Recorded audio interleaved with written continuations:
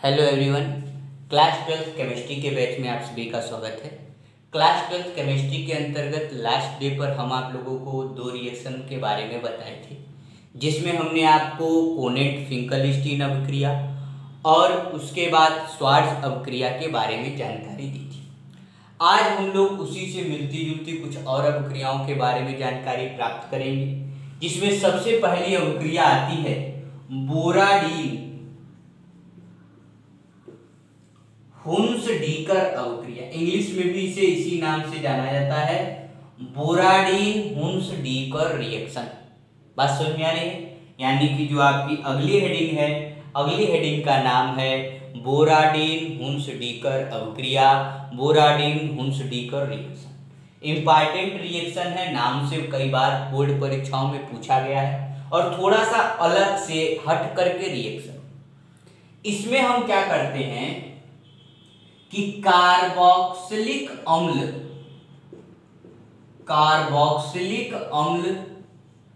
के silver salt को, carboxylic अम्ल के, कार्बोक्सिलिक एसिड के सिल्वर साल्ट को एल्किल ब्रोमाइड में बदलते हैं। याद रखिए, किसे बदलते हैं? एल्किल ब्रोमाइड में। अच्छा, कार्बोक्सिलिक अम्ल का सिल्वर लवण कैसे बनाते हैं ये हम आपको आगे बताएंगे। अभी आप इस पॉइंट को जानिए कि बोराडीन हुन्सडीकर अभिक्रिया में कार्बोक्सिलिक लवण के, कार्बोक्सिलिक अम्ल के सिल्वर लवण को हम लोग एल्किल ब्रोमाइड में बदलते हैं। अब कैसे बदलते हैं तो ध्यान दीजिए कि आप सबसे पहले कार्बोक्सिलिक अम्ल ले लीजिए। कार्बोक्सिलिक अम्ल का फार्मूला होता है RCOOH। ठीक, अब ये तो RCOOH है, इसका हमें सिल्वर लवण चाहिए। H यहाँ नहीं चाहिए, इसकी जगह क्या चाहिए? इसकी जगह हमको चाहिए Ag। तो इसका रिएक्शन करा दीजिए AgCl के साथ। होगा क्या कि यह H और यह Cl आपका बाहर हो जाएगा और बनेगा क्या? RCOOH। इसे कहते हैं कार्बोक्सिलिक अम्ल का सिल्वर लवण। मेन रिएक्शन यहीं से स्टार्ट होता है, कार्बोक्सिलिक अम्ल के सिल्वर लवण से आपका यह रिएक्शन स्टार्ट होता है। करते क्या है? कार्बोक्सिलिक लवण की से जो कार्बोक्सिलिक अम्ल का जो सिल्वर लवण है, इसकी क्रिया, इसका रिएक्शन हम लोग ब्रोमीन के साथ करा देते हैं। ब्रोमीन का फार्मूला Br2 होता है, Br2, लेकिन हम आपको अलग करके लिख कर दिखाएंगे, Br-Br। इसमेमें होगा क्या कि यह AgBr के साथ रिएक्शन कर लेगा, AgBr बनाएगा, RBr के साथ मिलेगा, RBr बनाएगा, और जो C है वह आपका CO2 के फॉर्म में बाहर निकलेगा। इस अभिक्रिया में एक कार्बन डाइऑक्साइड बाहर निकलता है। इस कारण इस अभिक्रिया को डीकार्बोक्सिलेशन अभिक्रिया, डीकार्बोक्सी अभिक्रिया के नाम से जाना जाता है। बात समझ में आ रही है? तो ध्यान दीजिए, बोराडीन हुन्सडीकर अभिक्रिया, यह अभिक्रिया किसी भी कार्बोक्सिलिक अम्ल के सिल्वर लवण को एल्किल ब्रोमाइड में परिवर्तित करती है। इसमें कार्बोक्सिलिक अम्ल के सिल्वर लवण की क्रिया ब्रोमीन गैस से CCl4 की उपस्थिति में, रिएक्शन में एक कैटलिस्ट भी होता है, उत्प्रेरक भी होता है, तो CCl4 की उपस्थिति में कराने पर एल्किल ब्रोमाइड, AgBr और कार्बन डाइऑक्साइड गैस प्राप्त होती है। यहाँ पर एक कार्बन कम हो रहा है, कार्बन डाइऑक्साइड गैस निकल रही है, इसलिए इस अभिक्रिया को डीकार्बोक्सिलेशन रिएक्शन के नाम से जानते हैं। इंग्लिश में समझ लीजिए, इन बोराडीन हुन्सडीकर reaction, silver salt of carboxylic acid react with bromine gas in the presence of carbon tetrachloride and form alkyl bromide. It also leave carbon dioxide. That's why this reaction is known as decarboxylation reaction. बात समझ में आ रही है? तो बोराडीन हुंसडीकर अवक्रिया में क्या है कि आपका कार्बोक्सिलिक अम्ल के सिल्वर लवण के साथ क्रिया। अब इसके बाद आपके लिए अगली इंपॉर्टेंट अवक्रिया का नाम, यह विनिमय अवक्रिया नहीं है, एक्सचेंजेबल रिएक्शन नहीं है, एक अलग से अवक्रिया है।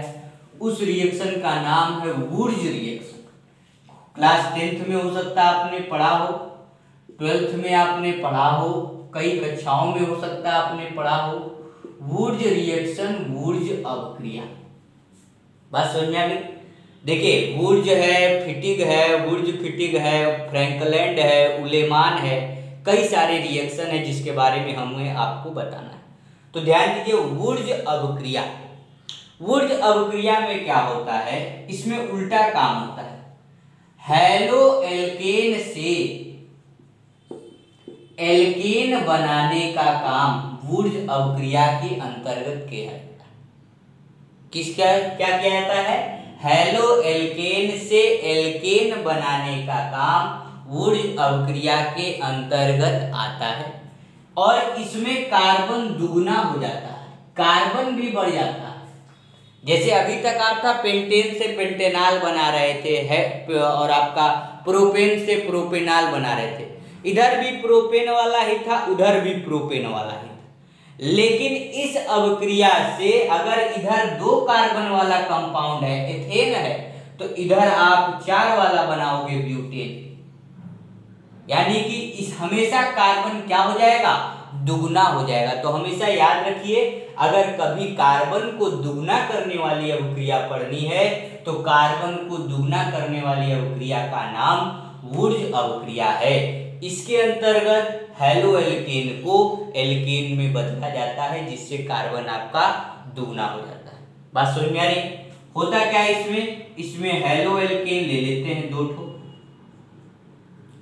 इसकी क्रिया सोडियम के साथ कराते हैं ड्राई ईथर, शुष्क ईथर की उपस्थिति में।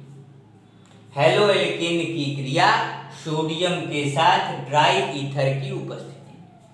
होगा क्या कि जैसे 2 आप हैलो एल्केन लिए हैं, ऐसे ही 2 आप सोडियम लेते हैं और यहां से 2NaX आपका बाहर, 2NaX आपका बाहर, बचेगा क्या, R और R डैश R।